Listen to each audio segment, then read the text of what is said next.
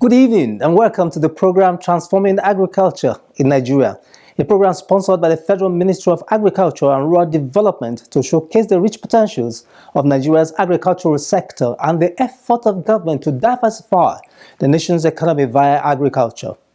Agriculture, like every other occupation, is a business. Research has shown that those that have embraced agriculture as a business have made a lot of impact in wealth and job creation, increased productivity and sustainable livelihood. Therefore, agriculture as a business will be our focus on tonight's episode of the program. But before then, we have some news stories from the ministry. I am your regular host, Gabriel Ojile. Keep watching. Ensure that we provide the necessary policy direction that will truly position agriculture as the mainstay of our economy. The federal government is removing obstacles and offering opportunities for self-employment, wealth creation, and food security in the Nigeria's agricultural sector. Think farming, think agriculture. Watch Transforming Agriculture in Nigeria.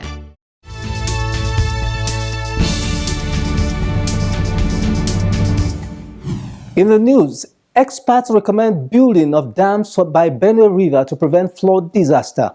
Also, Agric Ministry commends staff for outstanding performance in the 2022 Public Service Games.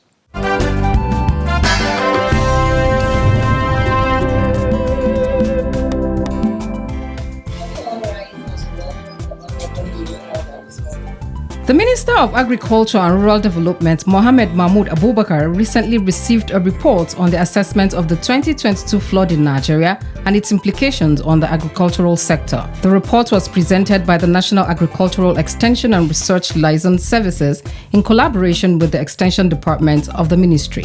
According to the report, Nigerians lost over 697 billion naira in the agricultural sector as a result of the flood. Over 384 billion naira was lost in the crop subsector, while 93 billion naira was lost in the livestock subsector, with another 100 billion naira lost in fishery and aquaculture subsector. Over 120 billion naira was also lost in farm infrastructure.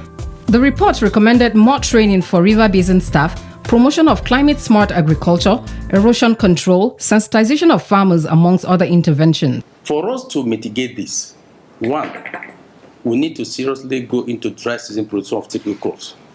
And this has to be promoted across the country in both formal and informal irrigation schemes to bridge the imminent food supply gap. Irrigation facilities such as tube wells, hand pumps, early maturing seed varieties should be provided to farmers. And any allies is ready to collaborate with our IDPs, our Federal Department of Agri-Extension, Federal Department of Agriculture, so that this can go immediately to get it done. Irrigation, formal and informal. And these are some of the equipment we are applying. So my mapping engineer is here, he's hearing me now. Engineer work. Also, please, asking that the Federal Ministry of Water Resources should urgently consider building at least one dam on the Benue River. Reacting to the presentation, the minister stated that the ministry will work in collaboration with other ministries to sensitize farmers, while the government will make efforts to put the necessary infrastructure in place to manage floods. We must go beyond just being only scientific, but serious education, and that's why extension. So this time around, extension should not even just be like, for the agriculturalist. There should be a collaboration between the Minister of Environment, Minister of Agriculture, Water Resources, Information, and to be able to educate people on how to help the government and the environment to be able to achieve this objective of mitigating flood disaster.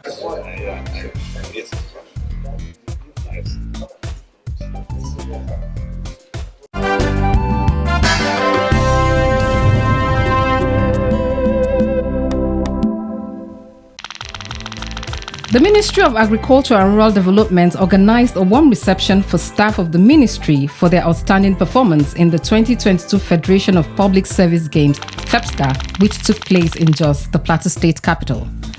The ministry's sports team during the game won 3 gold, 1 silver, 10 bronze medals, and came 8th out of the 43 ministries, departments, and agencies that took part in the games. The Permanent Secretary of the Ministry, Ernest Afolabi Omahihe, commended the efforts of the sports team and urged them to do more, saying that the management will continue to support them. Also speaking during the reception, the leader of the sports team, John Ladong, appreciated the management for the support and the resilience of team members for their outstanding performance.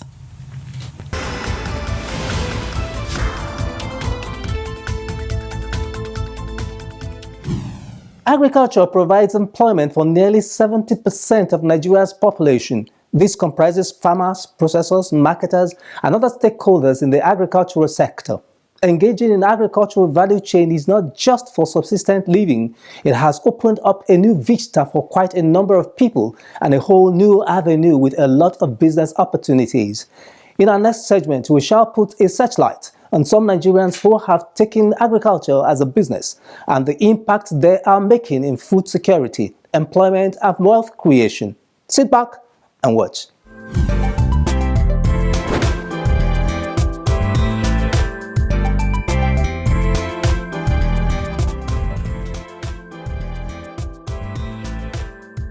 Agriculture provides an opportunity for business along value chain activities either in crop or livestock farming, processing or marketing of agricultural produce. The federal government, on its part, promises an enabling environment for agriculture to thrive in Nigeria, while encouraging Nigerians to see agriculture as a business in order to derive the potentials therein. One of the Nigerians who has answered the call to go into agriculture is Yakubu Kweranga. Yakubu is the managing director of Kweranga International Business Limited. He is into farming of livestock such as cows, sheep, goat and poultry like turkeys, geese and chickens. He also cultivates some part of the farm all year round during rainy season and as well as drip irrigation during dry season to produce quality feed for his animals on the ranch instead of nomadic movement from one geographical location to another in search of feed. We can go far beyond. Yakubu speaks on agriculture as a business. As a cow fattening person, which I have livestock, I could even go into milking, whereby I can supply the milk factories for milk. I can go into beef production, which we have started. We have our abattoir here that we are slaughtering beef every week. We can go into fish feeding, animal feeding plant industry, whereby we have all the materials that can augment each other. We can go into even manure production so that we can supplement the fertilizer that is being imported. Don't be surprised, a lot of people, farmers, come to our farm and buy cow dung and put on their farm, and it yields very good crop. Samuel Akume is a retired civil servant, now a poultry farmer. For him, this is not only an occupation but a business. I started building infrastructures here with intention to at least develop a big farm here, because I looked at Abuja as a big market. So I started it in my own small way, built these structures, and expected that gradually I would grow to be a very big farmer. And that's how I started. I built infrastructures here, and when I finished, I needed some funds. I approached the Bank of Agriculture and they granted me a loan, 2019, during the month of February, March. They gave me a loan. Being that I had the infrastructures ready, the money they gave me was, as at that time, something to get birds stocked, which I did. I still have big space for expansion. Another individual who has keyed into poultry farming is Alhaji Umar Hassan, the CEO Haza Farm in Nasarawa area of Kaduna State. Hassan, who is the owner of this farm, started with few birds, but today he has grown and has over 4,000 layers in his poultry farm. Alhamdulillah, gaskiya abin da ya bani shawa na kiwon kaji ni. Thanks to Almighty God. Truly, what attracted me to poultry farming also the fact that I am a villager who inherited farming and cow breeding. That is why when I came to Kaduna, I started with 50 chickens, then 100, and now you can see how the farm is.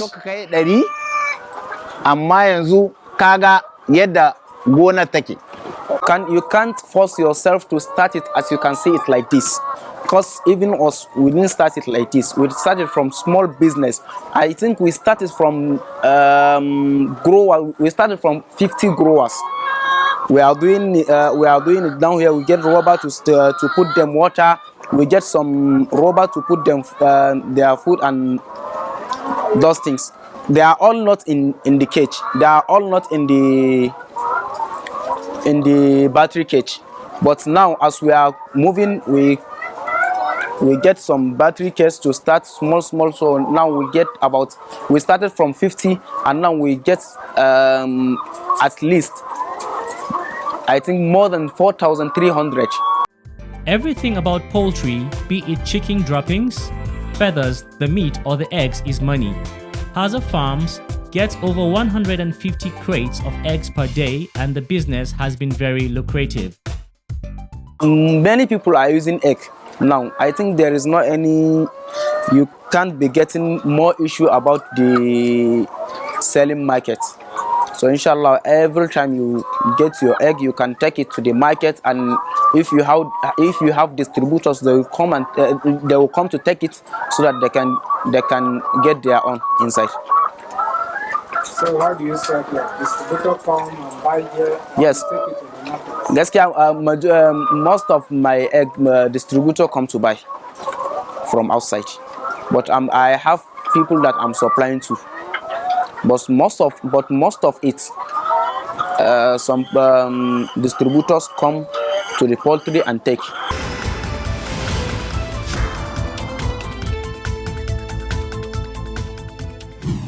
The program is transforming agriculture in Nigeria, and we are showcasing Nigerians who have taken agriculture as business and how they are faring. In our next segment, we shall feature other farmers and businessmen who are in business in the agriculture sector. Keep watching.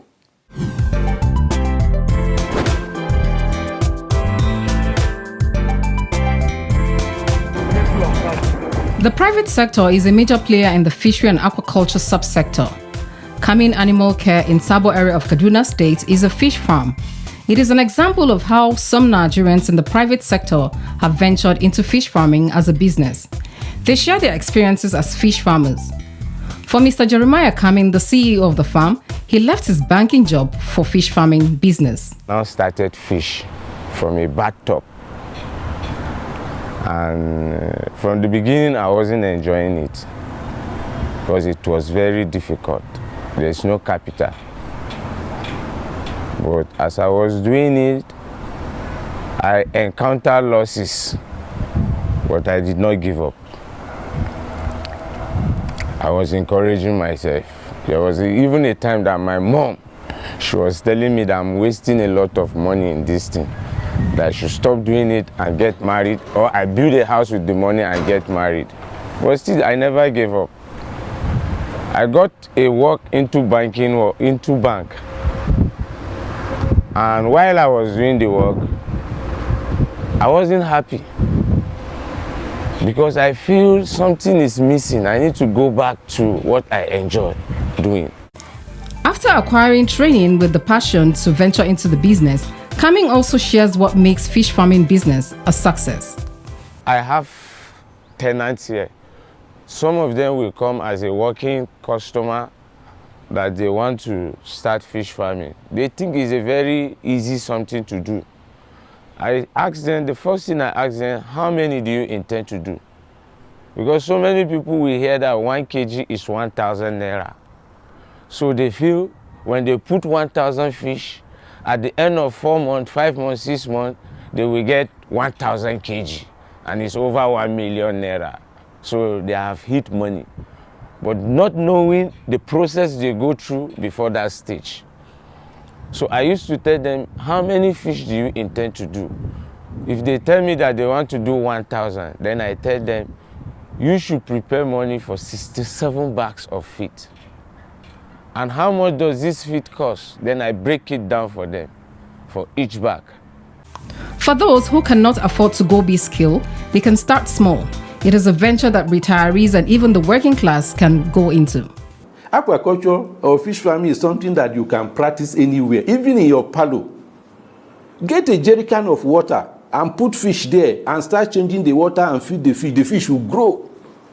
With the insecurity right now that we cannot go far away, to farm again, I believe the emphasis should now, should be taught. The time has come now for us now to start focusing on aquaculture, because it's something that every person at the balcony of your house, even if it's a rented apartment, you don't need to go and buy a piece of land. All you need to do is, like I said, we develop a butter technology. I believe ARCN will promote it very soon on a large scale, so that a lot of people can key into it. Because the moment we have, a lot of people key into it, we will revamp the aquaculture industry. The scenario at Kamin Animal Care in Kaduna during fish harvest gives a good picture of the ready market available for fish. We can expand more. For Mr. Emmanuel Anike, who is the CEO of MJAD Venture, he plans to expand his fish farming business, increase production, and sell at cheaper rates to marketers. In terms of expansion, to get a big playland, build more ponds, piggery house, and poultry farms, then employ more workers, because I cannot do it alone. Understand? In order to prosper the business and make people benefit from it. And also because we sell to the wholesale, we sell wholesale, and those that buy wholesale go and sell to the retailers. So when we expand, we also make the cost to come down, so that those that are buying, the price can come down for them. For the market women who come here to buy fish, the business is quite challenging, but they remain resolute. Their only call is for government support through training and the provision of grants to expand their business. For now, I can sell 20 or 50. But if government can help me, I can be rearing fish too and be selling from it. Yes, I can be rearing fish and be selling from it. At least I will not have problem of like now we are dragging fish here. If I have my own pond, if I'm rearing fish, I can be catching from there. But you can see the way we are struggling for fish now. If government could can help me, I can be rearing my fish. I can go home and open my pond and catch fish. No need of dragging fish like this. If government will help, I will appreciate it. If government help me, I will so appreciate them for everything. Another important part of fishery and aquaculture chain is processing. Processing prevents post-harvest losses and satisfies the need for fish at any point in time. Fish farming has the capacity to create jobs for unemployed Nigerians. Practical evidence is the Kamin Animal Care that has 8 direct staff, over 10 core members, and IT students working on this farm. From the beginning, we have securities. There are also employees. I have 2 securities. And with the size of this farm, I think I need more than that. But it's just because there's no enough money. But from the beginning, we have 2 securities. Then we also have boys that they work inside the hatching. I have 2 boys that work there, and we have boys that they feed the fish, and also boys that they demote the fish pond. Because we demote the fish pond and treat the fish pond before you put fish. And in the time of harvest, we need people also that will come and harvest. And at it is now, even the university and polytechnic, they used to send ITF students to come and learn here. Corpers also used to come here to do their NYC period here.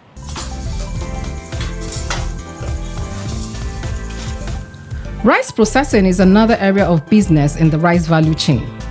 With the ban on rice importation, quite a number of Nigerians have embraced the venture and are finding it profitable. Awal Ibrahim of Zimina Rice Processing Company in Kaduna is one of them. This dream came about since 2009, 2010 when I was still working in Lagos. I was opportune to serve with, to work with somebody who was an entrepreneur. And as a result of, interfacing with most of the clients of that company, I, picked interest in becoming an entrepreneur too as well. And I thought of it, what is it that I can go into as far back as 2010, 2011? What is it that I can go into that I know on daily basis and on the average, every Nigerian home on the average consume? And I thought of it, it couldn't be anything rather than, food consumables. And beside food consumables, amongst the food, which of those foods that are more staple? And I thought of it, it just has to be rice. It can't be anything more than rice.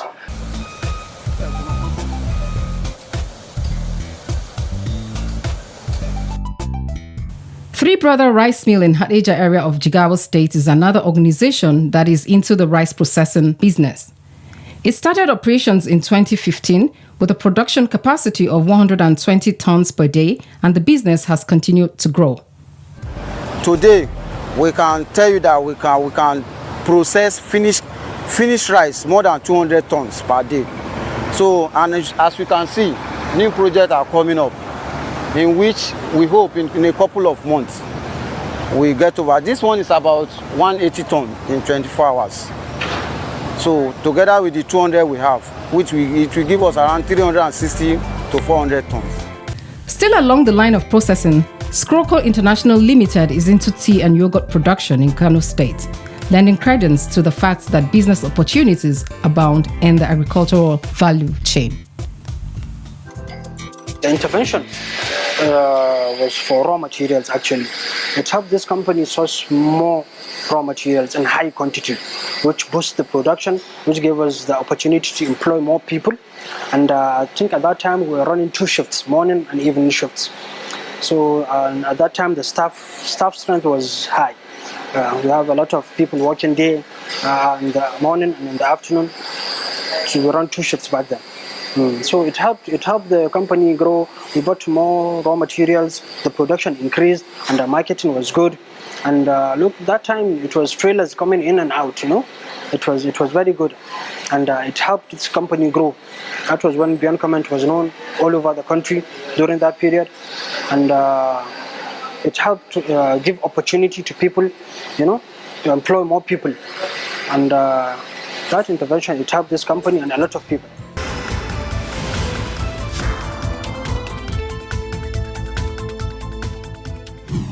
It is a fact that agriculture employs over 70% of Nigerians and can be practiced in every local government of the country.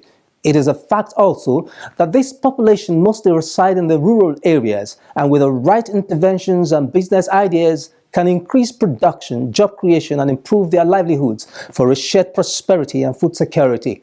Agriculture remains the only key to a diversified economy, but only when it is seen as a profitable venture that it is. Join us again, same time, same station, next week for another interesting episode of the program. Good night.